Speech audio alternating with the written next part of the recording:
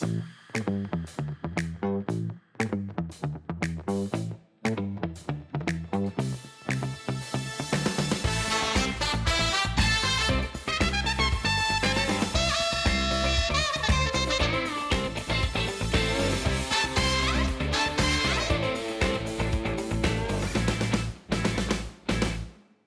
Varma, that's me, your teen moderator on a mission to bust stress.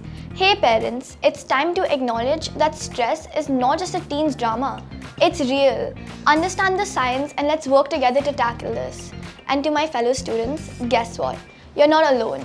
Stress is like that one annoying pop quiz. It happens to everybody. But don't worry, help is here. Introducing our guest for today's talk, a seasoned coach, psychotherapist and behavioral science practitioner with over 40 years of a remarkable experience. Our guest envisions a brighter world with mentally healthy individuals at its core. Join me as I delve into her wealth of knowledge and insights on mental health. Thank you, Arya. Thank you for that nice introduction.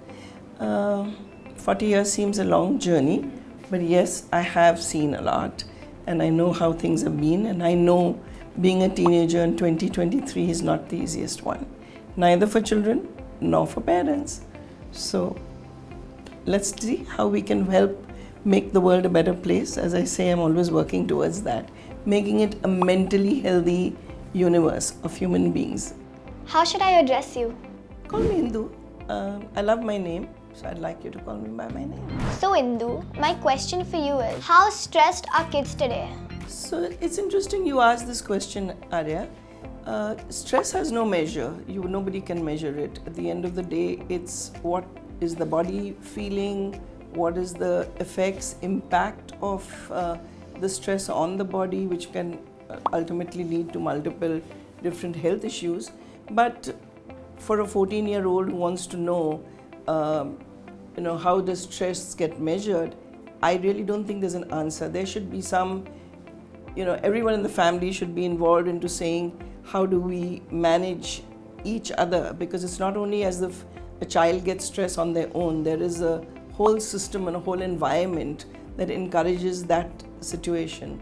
Parents to start, schools, society, the pressure that comes from society, which is do this, they should be doing this, where would they go to school, what are they eating, what are they drinking, what do they look like. So I don't think social media this time helps, because there's too much available and too much going on that everybody feels like I have to be something I am not. That's stress. So parents and students, I think kids today are navigating a wild, fast-paced world, which can be overwhelming. We're on a stress roller coaster, but we'll figure it out. So Indu, has the stress changed over generations? Well, it's changed because it starts from the family, like I said earlier, and it is about the whole style of parenting has changed. What parents are anxious about has changed. If I go into my own parenting style, or maybe your mom, the way she has to parent you, the kinds of issues that were there live for me as a parent, or maybe for my parents when I was growing up. When I was growing up, we would just play on the street with anybody, and nobody cared that somebody's going to kidnap you or take you away or give you something to eat, and things like that. We weren't given instructions, don't talk to anyone, those kinds of things. But they had other stress, I'm sure, and it may have been about sending their children to school or paying school fees or getting a home. So definitely today's parenting has many issues to deal with. So it transfers to the kids, and the kids have a lot. Definitely. Our world has become more complex with new types of stress, social media, academic pressure and FOMO. They're all in the mix. Thank you so much for enlightening us. We'll move on to our next question now. How can parents identify if their children are stressed? Well, I think first of all, parents have to become very aware and have the time. Many parents are very busy. They are constantly out at work, so they come and do some small talk in the evening. How was your day? What did you do? Did you do this class? Did you do that class? Other than that, if you are really aware and you're in touch with what's going on with your child, so they need to have enough time to spend and engage and observe, because if you are not If you're always busy, you can't observe. You're just doing things from morning till evening. Some actions are happening and they can say we spend a lot of time with them. But the truth is that how do you observe the behavior? And to observe behavior, you have to have the patience, you have to have your ear on the ground, you notice behavior. It never happens that you can mask it so much that it is not showing up. And it shows up like this, answering your question, that most often they will not want to go out, they will lock themselves often in their rooms, they will maybe talk long hours to one or two friends. You may not know who they talk to, and it's a very vulnerable time actually, because it's lonely. It's very lonely. You're not engaging with your parents don't know, they think you're fine. You may get great marks at school. That doesn't mean anything. It just means you're doing what they're asking you to do. They also become rebellious. They start to confront you. Sometimes it's labeled as rude, it's labeled as, like you said, drama queens. But there is a behavioral change. And actually it can get mixed up because it's adolescent if it is between the age of 10. But also 9 and 10-year-olds today are getting stressed. It's not as if, I'm using this word stressed because that's your conversation. But 9 and 10-year-olds are going through different kinds of discomfort. As why are you pushing me? Why are you making me do this? Why I go to school, they push me there. Come home, you push me here. So, in some way, parents have to become absolutely cognizant of saying, oh, this is happening. Can we spend more time? Can we do some more fun things? Thank you for enlightening us. Now to my next question. At what stage does this stress become unmanageable? So, more than unmanageable, if it is diagnosed in the manageable state, that is, and the diagnosis is just a home awareness of what's going on. You see, you asked me about the 40 years, and in the old system of larger family systems, more relatives, friends, close friends coming, there were other people you could bounce, ideas, grandmothers, aunties, friends' kids. Today it's more isolated because it's a lot with gadgets. So people are just depending on the friendships they make with gadgets and who they meet in the gadget. So those become trustworthy, and they tell you don't tell anybody, so you don't tell anybody. You don't tell people in school, you don't tell your teachers. Everybody's too busy with their own lives. No one's really interested in you. So I think to depend on parents and to engage with parents is also advice to the children. That confront your parents, start to have how much ever difficult the conversation is, to say it. Because parents learn through children. Absolutely. So parents and students recognizing when it's too much is vital. Now let's move on to our next question. What are the first signs that one should look at to identify that one needs help? I think for the child or for the student or the younger people, they very often can't identify it because the dependency on friends and need for inclusion with your friends group is so high, so you will not recognize you need help, and they won't recognize it either. So I think it's much more information for parents to keep, that encouraging them to bring their friends home. Very often kids are always out of the house, they're in other people's homes or on the street, or partying or whatever. So just to encourage, so who they're hanging around with, what kinds of children, what kind of influences they have, because the need for inclusion is, we are born with that. You see a baby, how it wants to be included. It'll smile, it'll cry, there's a lot of things, that's a human need. So we grow up and we like to be included. And in that, very often is a problem, because when you're not included in a group, you'll do what the group, that's group behavior. So everyone's having a smoke, they say, have one cigarette, what big deal? Go for it. So it's not about the one cigarette. Everybody experiments, I suppose, at some age or the other. But if it becomes something that you think is going to alternate the way you think and be, then there's trouble. So I think for both the parent and the child, it's important to continuously keep your eye on the ball in today's day and age. You're absolutely right.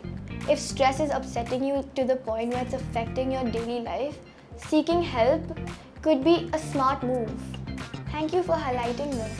Now let's move on to our next question. Indu, what role do parents play in managing stress for teens? I think they play a big role. I can't reiterate enough that teenage years are really crucial years. You're already moving from an adolescent to an adult, and so you're thinking adult, but you're still an adolescent, and people are still treating you like a child. Often you're pushing your way and saying, I'm grown up, I can make my own decisions, but not really. So that's why I think parents have to be much more vigilant about what they can be exposed to. They can be exposed to a lot, and it's tremendous pressure, because once they get used to being exposed a lot, you can't pull the reins, you can't bring them back.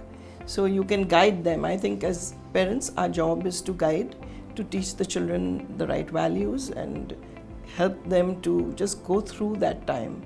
Like you say, navigate through. When you just said telling the young people to, you all will navigate, the navigation doesn't happen alone. You need a support system. Who's your support system?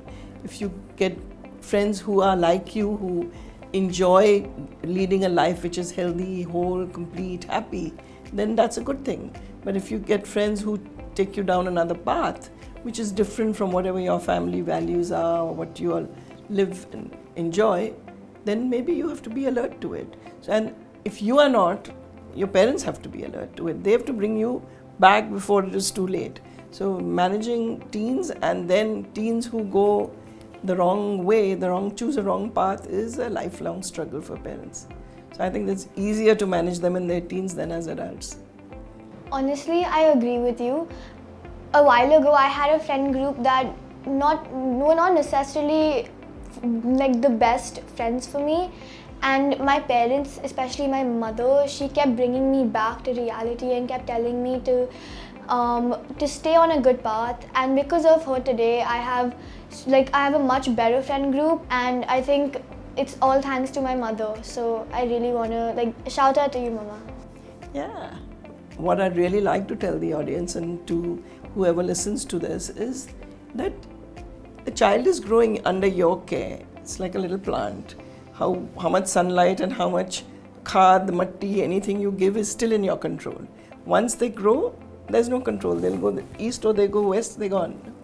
So in some way, to be always vigilant, alert, and to encourage the child to come back to you every single time and tell you. It's like you have just said, thank you, shout out to my mother. It's lovely.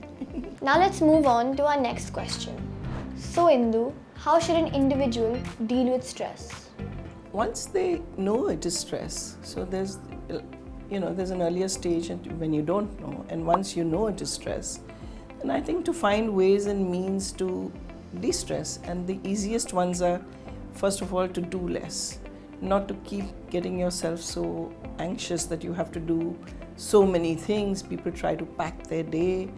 So I think once it's recognized or diagnosed, as we say, then the easiest thing is to find ways to just sit down quietly, be on your own, think through before you do get into action.